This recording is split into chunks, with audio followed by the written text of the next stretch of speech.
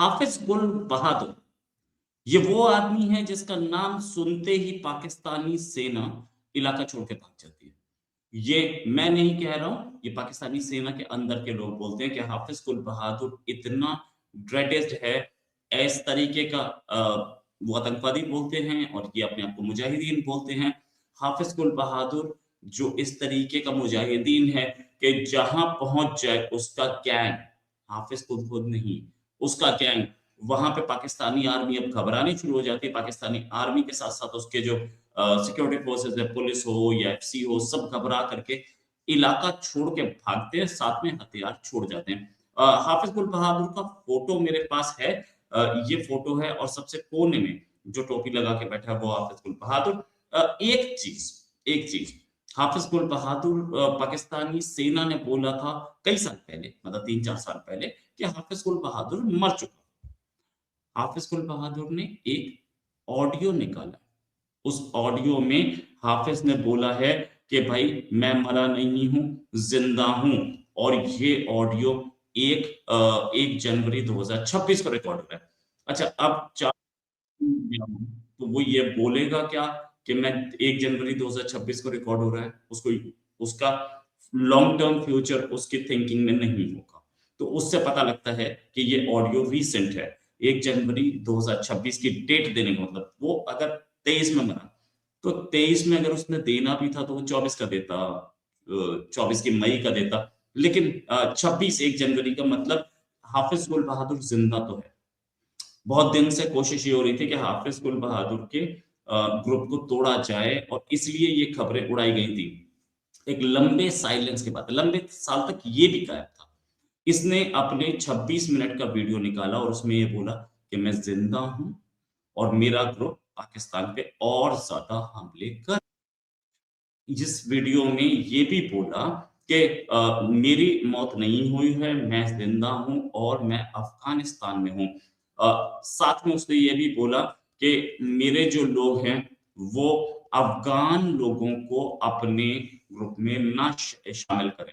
उसका रीजन भी है क्योंकि ये लोग बोलते हैं, पाकिस्तानी बोलते हैं कि अफगान हैं हमारे पर हमला कर रहे हैं। हाफिज खुद बहादुर खुद पाकिस्तानी हैं, वजीरिस्तान का है, वहीं रह के पढ़ा है, वहीं के मदरसों में पढ़ा है और उसके बाद ये पाकिस्तान के खिलाफ हो गया। बेसिकली मदरसों में पढ़ने के बाद ये पाकिस्तान के खिलाफ नहीं हुआ था। ये मदरसों में पढ़ने के बाद ये तालिबान ज्वाइन किया, पाकिस्तान का पूरा इसे सपोर्ट था, पाकिस्तानी आर्मी का सपोर्ट था। उसके बाद तहरीक तालिबान ज्वाइन किया।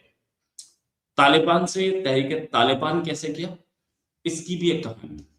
11 सितंबर अटैक हुआ था, पाकिस्तान ने यू टर्न मारा, कहाँ तालिबान को सपोर्ट करता था, अब वहीं वो तालिबान के खिलाफ हो गया था, अमेरिका के साथ चला गया था।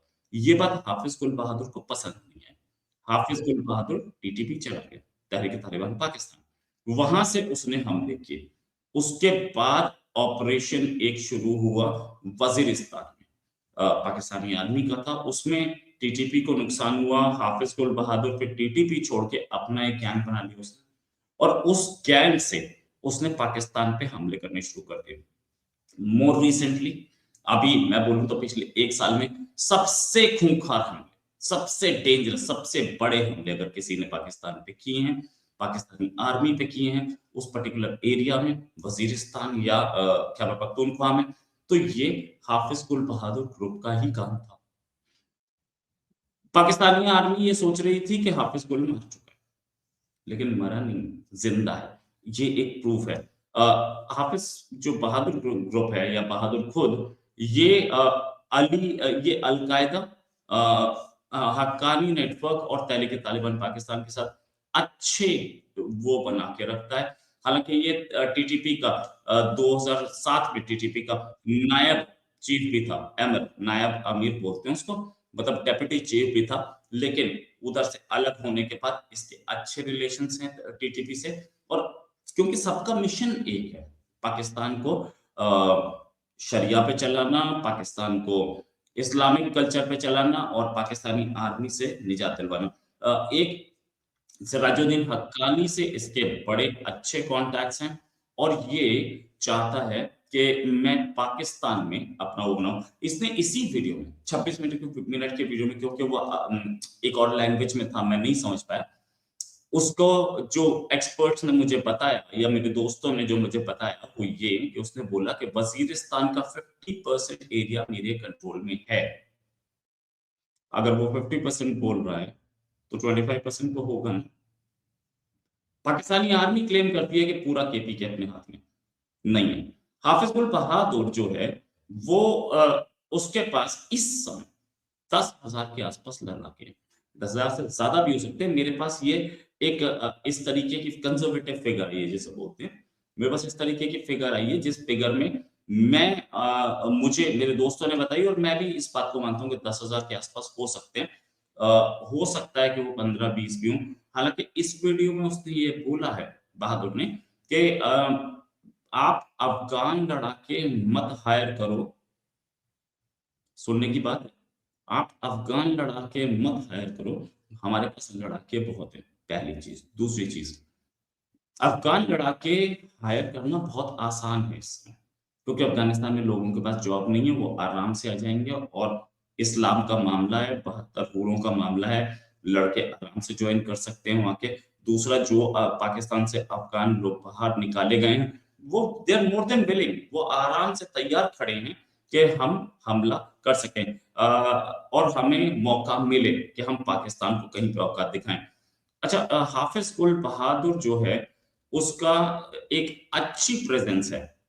ये इस नॉर्थ वज़ीरिस्तान में, हालाँकि ज़रबिया जब हुआ था नॉर्थ वज़ीरिस्तान में, जो कि पिछली आर्मी हुकूमत ने किया था, अ, च बाजवा वाली ने, तो ज़रबिया के टाइम पे इसको और इसके गैंग को बड़ा नुकसान हुआ था। उसके बाद इसने कसम खाई कि अब मैं पाकिस्तानी आर्मी को नहीं छोड़ूँगा, और तब से छोड़ भी नहीं रहा है।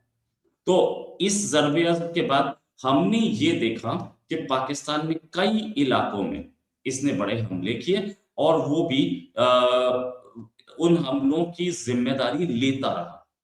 कुछ टाइम से इसकी मौत की खबर पाकिस्तानी आर्मी दे रही थी। पाकिस्तानी आर्मी के ऑफ़िसर्स बता रहे थे कि ये मर चुका है, मरा नहीं है, सामने है। 10,000 लड़ाके जो इसके हैं, उसके साथ-साथ कई ओवरग्राउंड वर्कर्स भी हैं। ओवरग्राउंड वर्कर क्या होता है? ओवरग्राउंड वर्कर वो आदमी होता है, जो कि सीधे-सीधे हाफ़िज़ गुल बहादुर ग्रुप से जुड़ा नहीं है। वो कहीं अपनी पंचर दुकान चला रहा है, कहीं अपनी किराने की दुकान चला रहा है। अगर बहादुर के लड़ाके आते हैं, तो उनको अपने घर पे ठहरा लेता है या कहीं और ठहरा देता है। उनको पैसा दे देता है, पैसा पीछे से गुल बहादुर से आ जाएगा, इसको पता है। या पहले से पैसा पहुँचा होता है कि मेरे आदमी पहुँचे तो आपको इनको सपोर्ट करनी है, इस पैसे में से यूज़ कर लेना। उसमें से खुद वो आदमी खुद भी अपना कुछ यूज़ कर लेता है। अगर 1 लाख पहुँचा है, तो 70,000 तो दिल्ली देगा, 30,000 फ्री का मिला। ये ओवरग्राउंड वर्कर्स को बड़ा फ़ायदा होता है। तो ओवरग्राउंड वर्कर्स की जो संख्या है, वो बताई जा रही है 5 से 6 लाख के बीच में। हाफ़िज़ गुल बहादुर अकेले की, टीटीपी की अलग है। तो ऐसे ओवरग्राउंड वर्कर्स इनको सपोर्ट करते हैं। ओवरग्राउंड वर्कर्स ये भी करते हैं कि एरिया की जान-पहचान लेके, एरिया के बारे में पता लगा के, क्योंकि वो उस लोकल एरिया के रहने वाले हैं, तो वो ये बता देते हैं कि आर्मी की प्लेटून वहाँ से चली। प्लेटून तो बहुत बड़ी चीज़ हुई। आर्मी के 20 गाड़ी, 10 गाड़ी, 5 गाड़ी चली वहाँ से, और हमारे एरिया में तकरीबन आधे घंटे में पहुँच जाएगी। ओवरग्राउंड वर्कर्स इसी एरिया में नहीं है, 20 किलोमीटर दूर भी है, 40 किलोमीटर दूर भी है, 100 किलोमीटर दूर भी है। तो 100 किलोमीटर दूर वाला बताता है 20 किलोमीटर दूर वाले को, और 20 किलोमीटर दूर वाला इस एरिया को बताता है। तो ये अपनी एस्टिमेटेड वो रखते हैं। ऐसे टाइम पे जो ओवरग्राउंड वर्कर ने 3-4 आतंकवादी, 5-6, 10 आतंकवादी संभाल के रखे हैं, कहीं छुपा रखे हैं, कहीं उनको शरण दे रखी है, उन सबको एक्टिवेट कर दिया जाता है, और वो जाके हमला कर देते हैं। अच्छा, ये आतंकवादी के लिए ओवरग्राउंड वर्कर एक ही नहीं होता है गाँव में, 2-3 भी हो सकते हैं, और बड़े शहर में तो 50-60 भी हो सकते हैं। किसी को पता नहीं कि कौन है और कहाँ से है। जब भी कभी इनके लड़ाके आते हैं, तो उनको ठहरने की जगह साथ में उनके खाने-पीने की व्यवस्था की जाती है। कभी-कभी आतंकवादी जो आते हैं या मुजाहिदीन जो आते हैं, उनके पास खुद के पास इतना पैसा होता है कि सारी फैसिलिटीज़ मिल जाएँ। लेकिन इसके पीछे एक मकसद भी होता है। ओवरग्राउंड वर्कर्स का, कि हमारा केपीके और हमारा वजीरिस्तान और हमारा ये दूसरा इलाका, ये पाकिस्तानी एट्रोसिटीज से बचे, तो वो मिशन ज्यादा काम करता है। और ये कम ये जो इसका जो हाफिज गुल बहादुर जिस मदरसे से पढ़ा है, वो एक मदरसे से पढ़ा वजीरिस्तान में, और उस मदरसे से पढ़ने के बाद वो तालिबान गया था। हाफिज गुल बहादुर जब ये मदरसे से पढ़ा था, उसी समय से इसके तालिबान से अच्छे रिश्ते थे। अब क्या है, वजीरिस्तान और आसपास के इलाकों के जो मदरसे हैं वो डायरेक्टली हाफिज गुल को फॉलो करते हैं और उसको लड़के देते रहते हैं, यंग लड़के जो कि जन्नत की तलाश में हैं और कुछ पैसे की तलाश में हैं। हाफिज गुल के पास फंडिंग अच्छी है। हाफिज गुल को अभी अभी पाकिस्तानी जर्नलिस्ट ने बोला ना कि टीटीपी को सपोर्ट कर रहा है यूएई, टीटीपी को सपोर्ट कर रहा है सऊदी। अब समझ में आया, पाकिस्तान बार बार ये क्यों बोलता है कि इंडिया सपोर्ट करता है टीटीपी को, इंडिया पैसे देता है, इंडिया लॉजिस्टिक सप्लाई करता है, क्योंकि कर्जा किससे लेना है? यूएई से। कर्जा किससे लेना है? सऊदी से। ये हाफिज गुल को भी वहीं से पैसा आता है। उन लोगों को क्या फायदा है इसमें? यूएई को फायदा ये है कि पाकिस्तान वीक होगा तो उसका दबदबा बढ़ेगा, और सऊदी को फायदा ये है कि पाकिस्तान वीक होगा तो वो एक सुपर पावर माना जाएगा इस्लामिक वर्ल्ड में। तो वो लोग फंडिंग कर रहे हैं। हाफिज गुल को भी वहां से फंडिंग है, और इतनी अच्छी फंडिंग है कि वो एक एक आदमी को 5 गुना पैसे में खरीद लेता है, और वहीं से हमले होते हैं। तो पाकिस्तानी आर्मी जिस तरीके के हमले इस समय झेल रही है, हाफिज गुल का उस समय उसमें बड़ा हाथ है।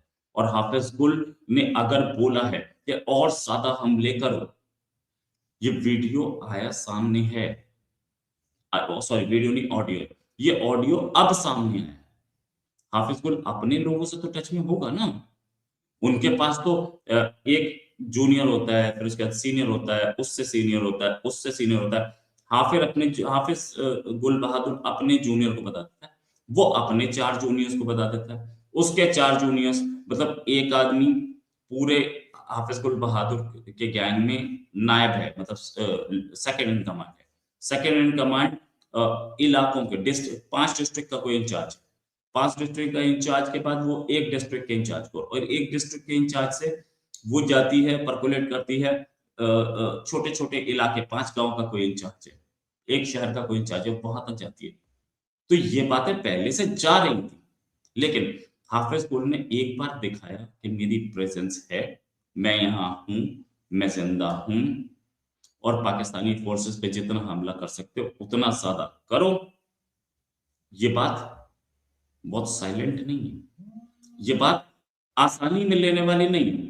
बहुत सीरियस इश्यूज सामने खड़े हैं, और हाफिज गुल बहादुर गैंग, अगर आप हाफिज गुल बहादुर गैंग की ओर अगर ध्यान से देखें, तो हाफिज गुल बहादुर गैंग जो है बड़ा ऑर्गेनाइज्ड गैंग है।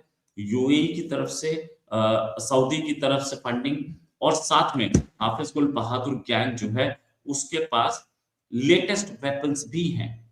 कुछ पाकिस्तानी आर्मी से ही आते हैं, कुछ कहीं और से आते हैं, कुछ ग्रे मार्केट से आते हैं, लेकिन ये हाफिज गुल बहादुर जो है एक ऐसा गैंग है जिससे पार पाना पाकिस्तानी आर्मी के लिए तो बहुत मुश्किल हो रहा है। मेरे को जब ये वीडियो मिला, और सॉरी ऑडियो मिला, तो मुझे समझ में आया। मैं भी काफी दिन से ये समझ रहा था कि हाफिज गुल कहाँ है, लापता है, लेकिन ऑडियो का मतलब ये, और ऑडियो आने के काफी टाइम बाद तक पाकिस्तानी आर्मी का कोई रिएक्शन नहीं है। वो भी एनालाइज कर रहे होंगे, अच्छी बात है, एनालाइज करना चाहिए, क्योंकि आपकी कंट्री के ऊपर कोई हमला करने की बात कर रहा है। लेकिन आपको ये बात तो अच्छी तरह से समझ में आती होगी ना कि अगला जिंदा है। आप अपनी पूरी आर्मी से और अपने सारी दुनिया से झूठ बोलते रहे, या अपने लोगों से, अपने सिक्योरिटी फोर्सेस से झूठ बोलते रहे कि वो मर चुका है, ताकि उसका खौफ कम हो जाए, उसका खौफ खत्म हो जाए। मरा नहीं है। हाफिज गुल ने एक झटके में बता दिया कि वो मरा नहीं है, जिंदा है। आपके साथ एक और खबर के साथ फिर हाजिर होंगे। अभी के लिए नमस्कार, धन्यवाद, जय हिंद।